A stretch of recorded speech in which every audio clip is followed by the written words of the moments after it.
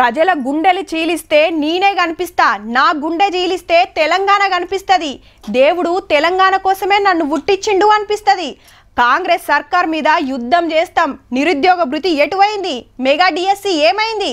5 ఎకరాలు దాటినోళ్ళకు కూడా రైతు బంధిస్తే సర్కార్ ముల్లేమన్నా పోతదా అని బస్ ఎక్కి బగ్గనే మాట్లాడుతుండు కేసీఆర్ సారు. ఇక అలా పాలమూరుకొచ్చి ఏం మాట్లాడిండో ఇందం పాండ్రి.